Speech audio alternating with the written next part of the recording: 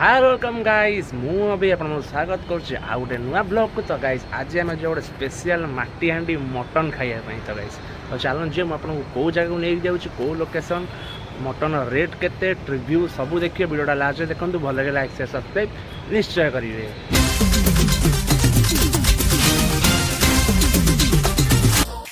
तो guys location आम finally पहुँच गलु। लोकेशन हूँ Arunoday market link road OCA coaching centre front रे न्यू गणपति होटेल आपको देखी दूसरी जो आगुरी बजार इंडिया था साइड रे न्यू गणपति होटेल। चलते जावा भितर को यहाँ थाली चिकेन थाली मटन थाली सबकि थाली।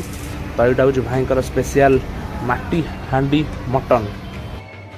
तो गाइस भाई माटी हांडी मटन पता पूरा देखा मोबाइल पूरा सुंदर लगुच आखिर देखिए बस खाइले जना पड़ो टेस्ट कौन पूरा ऑयलीनेस तो पूरा देखा मटन टी अधिक ऑयल लगुच खाइले जना पड़ो मटन कौन केमती टेस्ट भाई दौरान गोटे मोबाइल कोड़ुआर जो देखिए तो सुंदर बस खाई सारी जना पड़ो। आउ थे कह लोकेशन हूँ ओसीए कोचिंग सेंटर फ्रंट रे Mansa residency side new Ganpati hotel. तो भाई आउ दुटा मतलब स्पेशल आइटम अच्छे गोटे चिकेन बिरियानी जोटा बाहुबली बिरियानी गोटे दिया हुए मोबाइल थाली आ गोटे भाई भेज बिरियानी सप्ताह 7 दिन आवेलेबल मिले आप जो चाहिए आसिकी नहीं पारे। मुझे भेज बिरियानी देखी दूसरी बाटे काढ़। तो भाई भेज बिरियानी लुक देखो सुंदर देखा आम तो भेज बिरियानी खाइए आज मटन टे खाइए रविवार टे बोबाल लगे। तो ये हूँ भाई होटेल मालिक जो पुओ ये हूँ भाई आम होटेल का मालिक भाई। तो चलो जा माटी हांडी मटन टेस्ट करिया। आम थाली आसिक पहुँचे देखो सुंदर देखा माने आखि को देखिए केते बढ़िया लगुच। भाई गोटे स्पेशली आपड़ी खाइए जेकोसी भी खाद्य खातु आपको पित्तल थाली परसा जी पित्तल थाली बहुत कम होटेल आम खाई जो पित्तल थाली खाई आपको परसा जाए पित्तल थाली खाइले टी देहपाई भल। तो भाई होटेल आकु गोटे आम मगें बिरियानी आम 3 जन तीनों मुझे निखिल 3टा मटन थाली मगुच। तो मटन जो पापड़ जोटा क्रिस्पी अच्छी भात टे देखीदे राइसटा भी पूरा बोबाल देखा उषुना भात पूरा प्रॉपर उषुना भात।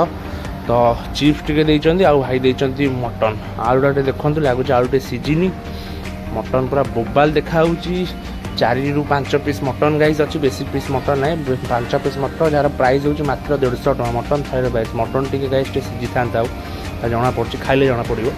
तो गाइस जार प्राइस हूँ मात्र 150 टका बिरियानी प्राइस हूँ मात्र 120 टका। चलन टे झोल पकेबा आउ फास्ट बाइट नवा।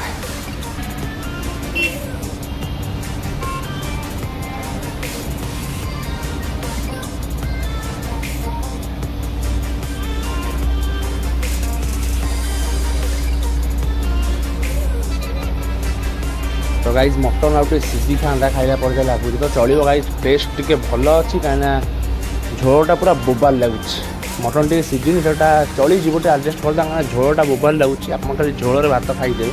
तो भात खाଇବା सरीगलानी देखिए आउ थे भात मगैया आप जिथर चाहिए भात आउ झोल नहीं पारे किसी एक्सट्रा पैसा देवाक पड़ोनी कहीं बहुत होटेल अच्छी जो भात आउ झोल आपको एक्सट्रा पैसा देवाक पड़े खास कर भात। तो आप भात जिथर चाहिए होटेल मगई पारे निश्चय रेकमेंड करी विजिट करूँ। खाଇବା आमर गाई सर जाइए चलन जा पेमेंट करवा कौन केमती आम बिल होता गाई पाखापाखि 600 टका भितर। तो चलन जा पचार कौन के बिल हो।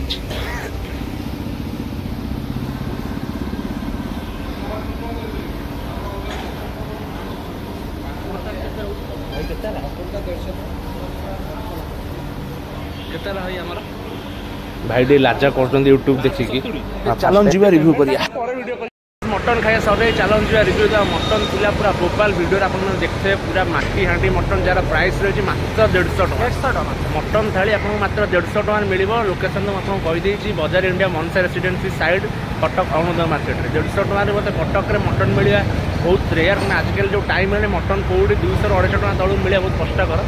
टेस्ट भी पूरा भाई कह गले पाखापाखि पूरा बोबाल था टी ऑयली था। तो भाई को रिकमेंड करूँ टी ऑयल अंश कमाई। तो पिलू केम लगे मटन मटन तो बहुत बढ़िया था खाली ऑयल बेसी था ना टेस्ट पूरा बोबाल था सर्विंग पूरा भाई का आउ बड़े भाई बिहेवियर और सर्विस टे मोबाइल बिहेवियर मन छुणी भाई। तो वीडियो भल लाइक शेयर सब्सक्राइब निश्चय करेंगे देखा आउ गोटे वीडियो डिले जय जगन्नाथ।